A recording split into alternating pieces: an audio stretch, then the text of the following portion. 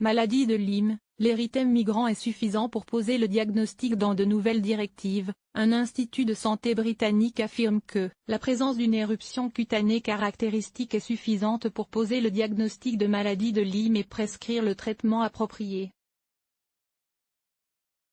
Alors qu'une plainte a été déposée en France pour refus de soins par des patients atteints de la maladie de Lyme contre un médecin expert du CHU de Dijon, le Royaume-Uni a franchi une nouvelle étape dans le diagnostic de cette pathologie.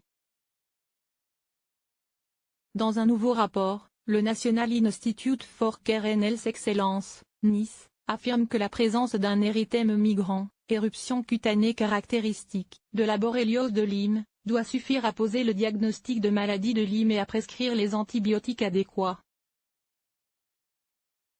Les tests de laboratoire vérifient la présence d'anticorps dans le sang.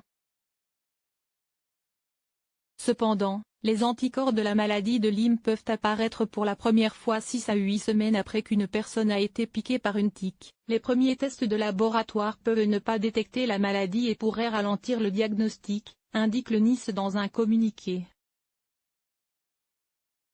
Aussi, puisque l'érythème migrant, cercle rouge avec un point rouge au milieu, est une éruption cutanée spécifiquement associée à la maladie de Lyme et présent dans environ les 2/3 des cas, le NICE préconise de ne pas perdre de temps face à ce symptôme, et de traiter immédiatement cette infection bactérienne avant qu'elle ne se développe. Cela dit, en l'absence d'érythème migrant et lorsqu'une borréliose de Lyme est malgré tout suspectée, le NICE préconise de poursuivre les investigations à l'aide des tests bactériens habituels, ELISA, puis Western blot. Bien connaître les symptômes pour ne pas perdre de temps. Pour la plupart des personnes atteintes de la maladie de Lyme, un traitement antibiotique sera efficace. Il est donc important que nous diagnostiquions et traitions les patients le plus rapidement possible, a souligné la professeure Gillian Lay, directrice générale adjointe du NICE.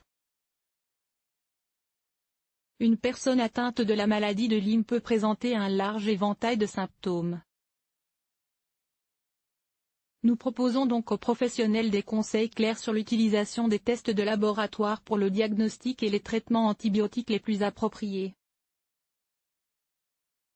En présence d'une éruption cutanée typique, les professionnels de la santé doivent pouvoir diagnostiquer la maladie de Lyme en toute confiance, a-t-elle ajouté. La Codwell Lyme Eco Charity, association britannique des malades de Lyme, note de la rédaction, entend régulièrement le témoignage de personnes dont les médecins ont diagnostiqué un érythème migrant mais décident de vérifier par un test sanguin, ne réalisant pas que l'éruption cutanée est le plus fiable des deux. L'attente des résultats des analyses de sang retarde toujours le traitement. Lorsqu'un patient présente l'éruption cutanée, ce délai inutile et réduit les chances de guérison totale, a indiqué Véronica Hugues, présidente de la Codwell Lyme Eco Charity. En France aussi, l'Institut de veille sanitaire estime que l'observation d'un érythème migrant justifie la mise en route d'un traitement antibiotique sans autre investigation complémentaire, d'autant que des tests bactériologiques à ce stade peuvent s'avérer faussement négatifs.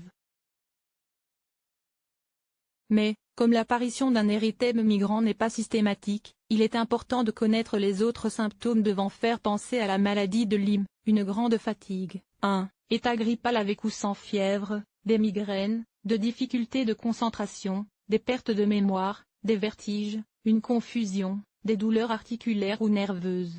Source, BBC.